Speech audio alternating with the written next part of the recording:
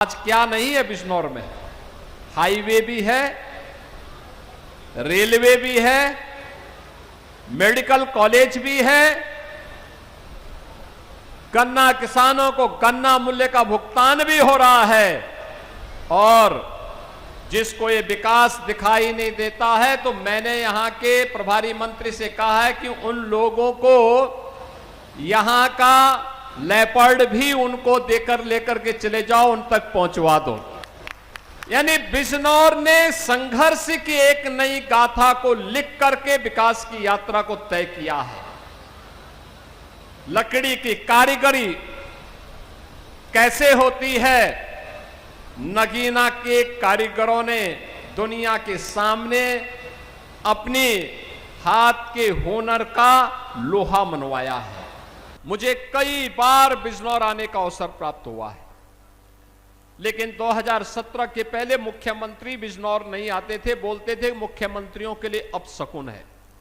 अब मैं कहता हूं वे स्वयं ही अपशकुन थे, जिसके लिए बिजनौर उनको स्वीकार नहीं करता था। अरे जिस धरा में भगवान कृष्ण आने के लिए आतुर रहे हो, महात्मा विदुर के घर साग खाने के लिए, उस पावन धरा में कौन नहीं जाना चाहेगा? जहां मां गंगा का सानिध्य प्राप्त हो रहा हो, उस धरा में कौन नहीं आना चाहेगा? और मुझे बहुत अच्छा लगता है जब बिजनौर में आता हूं, यहां की समृद्धि को देखता हूं, यहां के अन्नदाता किसानों की मेहनत को देखता हूं, यहां के नौजवानों की ऊर्जा को देखता हूं, यहां के व्यापारियों के नवाचार को देखता हूं, यहां के कारीगरों की उद्यमशीलता को देखता हूं। मुझे लगता है कि कुछ विशिष्ट है बिजनौर में, इसीलिए तो बिजनौर है।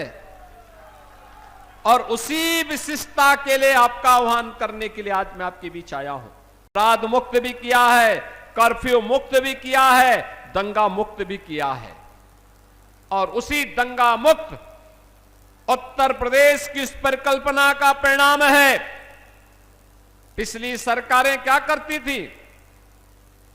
वे कहती थी कि अपराध और अपराधियों पे नियंत्रण नहीं हो सकता, उपद्रव को वे नियंत्रित नहीं कर सकते थे, तो इसलिए वे कावड़ यात्रा पे रोक लगा देते थे, जन्माष्टमी के आयोजन पे रोक लगाते थे, श्री रामनवमी की शोभा यात्रा पे रोक लगाते थे, दुर्गा पूजा के पंडालों को रोक लगाते थे।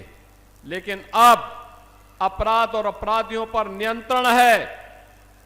कर्फ्यू मुक्त, माफिया मुक्त और दंगा मुक्त उत्तर प्रदेश है, तो धूम धड़ाके के साथ अब कावड़ यात्रा निकल रही है। अब कोई रोक नहीं है। श्री कृष्ण जन्माष्टमी पे कोई रोक नहीं है, रामनवमी की शोभा यात्रा पे रोक नहीं है, दुर्गा पूजा पंडालों पे कोई रोक नहीं है।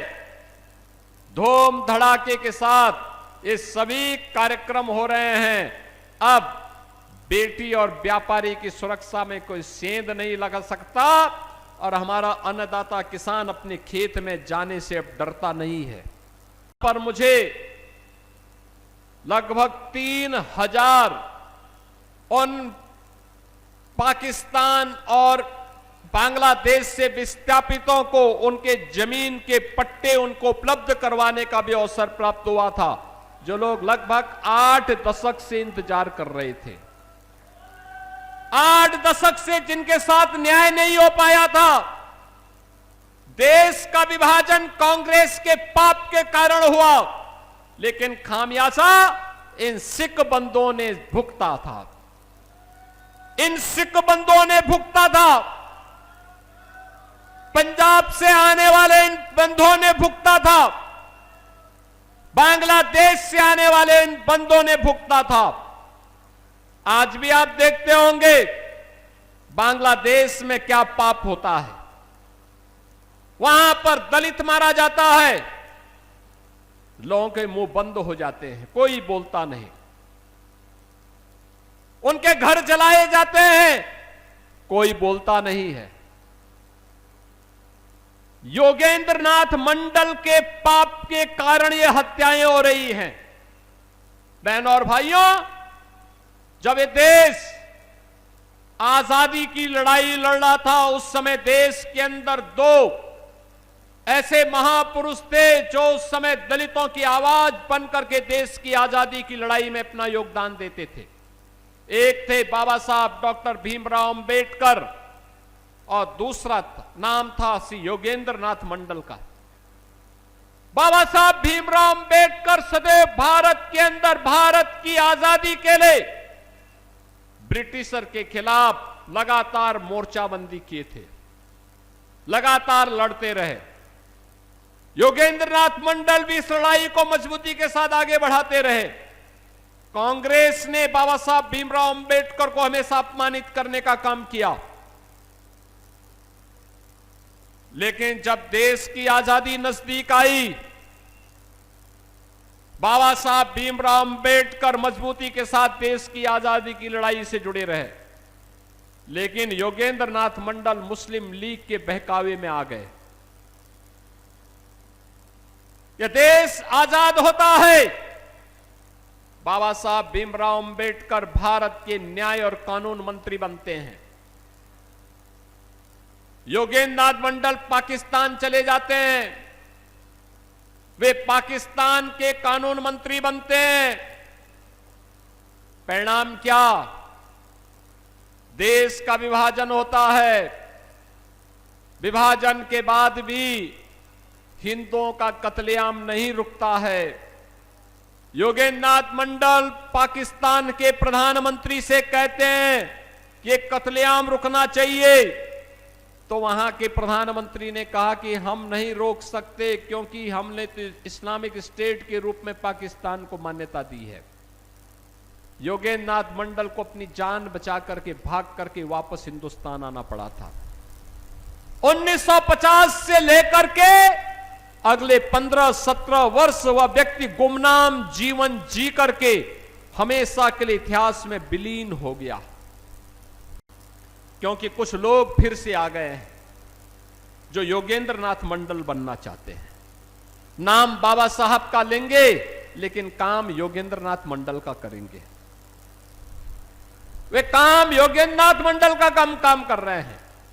मैं देखता हूं, जब दलितों का उत्पीड़न होता है, उनके मुंह में फेविकोल लग जाता है, और जब जाति के नाम पर हिंदू को लड़ाना होता है, तब वह दलित को जाट के साथ, दलित को ब्राह्मण के साथ, दलित को गुर्जर के साथ, दलित को क्षत्रियों के साथ, दलित को वैश्यों के साथ लड़ा करके सामाजिक ताने बाने को छिन्न भिन्न करने का पाप कर रहे हैं। बहनों और भाइयों, हम सबको इस प्रकार की उस दुष्प्रवृत्ति से जो देश को विभाजित कर रही है, कमजोर कर रही है, उसे सतर्क और सावधान होना होगा। ये लोग सामाजिक ताने बाने को छिन्न भिन्न करना चाहते हैं। इनका विकास का कोई एजेंडा नहीं, समाज को बहकाने का काम कर रहे हैं। अराजकता और गुंडागिर्दी के बल पर गरीबों की आवाज को दबाना चाहते हैं। यह स्वीकार्य नहीं होना चाहिए, हरगिज नहीं। मैं आपको आश्वस्त करने के लिए आया हूं। आपने डबल इंजन सरकार के कार्य को पिछले 10 वर्ष के अंदर देखा है। आपने देखा होगा, पहली बार हुआ है, पहली बार हो रहा है। विकास और समृद्धि का लाभ कैसे मिलता है? ये डबल इंजन की भाजपा की सरकार ने आने के तत्काल बाद सबसे पहले काम किया था। कार्य करने की इच्छा शक्ति होती है तब कार्य होता है। आप मुझे बताओ, जो लोग बिजनौर ही नहीं आना चाहते थे, बिजनौर को अपशकुन मानते थे। अपशकुन इसलिए मानते थे क्योंकि बबुआ तो 12 बजे सो करके उठते थे, 12 बजे सो करके उठते थे, 2 बजे तक तैयार होते थे, फिर कुछ खा पी करके फिर उनके जिम जाने का समय हो जाता था, फिर उनकी अपनी मंडली बैठ जाती थी। तो जनता से मिलने की फुर्सत कहां थी? जनता से मिलने के लिए समय पे जगना होगा, जनता के बीच में जाना होगा, उनकी समस्याओं को सुनना होगा, जनप्रतिनिधियों से संवाद बनाना होगा। और इस प्रकार के कार्यक्रमों के साथ आकर के अपने अपशकुन का दोषी बिजनौर जैसी पवित्र धरती पर नहीं थोपना होगा, तब जाकर के परिवर्तन होगा। बहनों और भाइयों, आज मैं आपको आश्वस्त करने के लिए आया हूं। अभी यहां पे श्रीमती सुची चौधरी जी कह रही थी फलाने फ्लाईओवर को बनाना है। हमने तो प्रस्ताव मांग दिया है, वो प्रस्ताव दे दे, तत्काल कार्य हम लोग उस पर प्रारंभ करवाने जा रहे हैं, कोई समस्या नहीं।